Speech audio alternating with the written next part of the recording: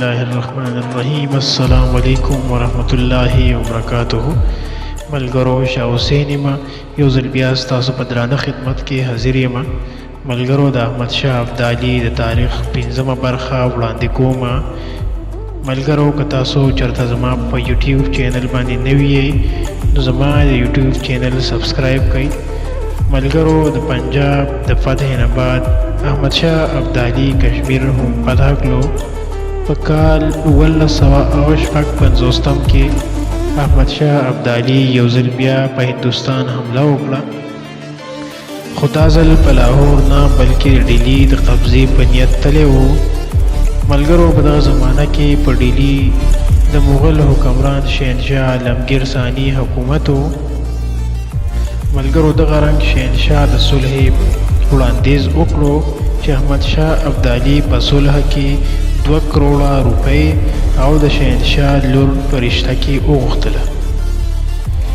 ملګرو شهنشاه عالمګیر د لور د رشتې لپاره راضي و، خو 2 کروڑه روپۍ ورسره نه وي.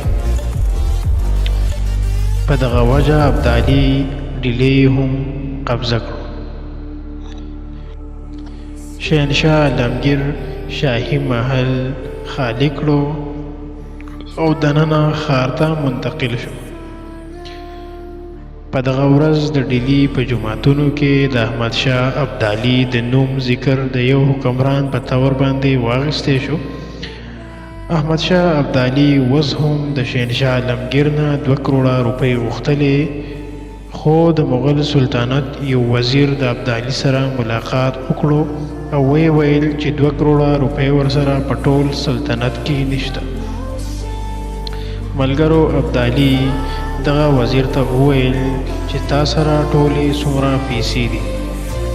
وزیر ورته په جواب کې وویل چې 14 لکه نغدې او د 4 لکو روپو قیمتي لال او جواهرات. ابدالي دغه ټول سامان په قبضه کې واخیست او د سامان سره سره د شهنشاه عالمګیر د لور رشته د خپل زوی تیمورشاه لپاره وغوښته.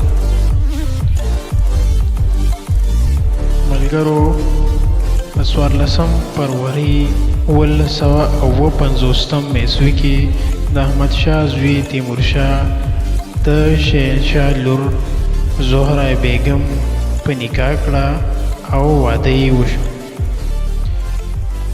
د سرهند علاقه کومه چې د ابدالي په قبضه کې وه هغه یې ورته په حق مهر کې ورکړه.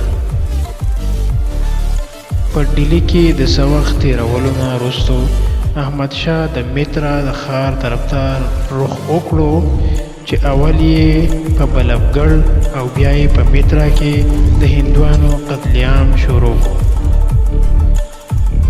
ملګرو په ښار کې ټول ایښودل شوي بوتان یې مات کړل او د هندوستان په دې حمله کې ابدالي د 12 کروڑو روپو مالی غنیمت وګټلو.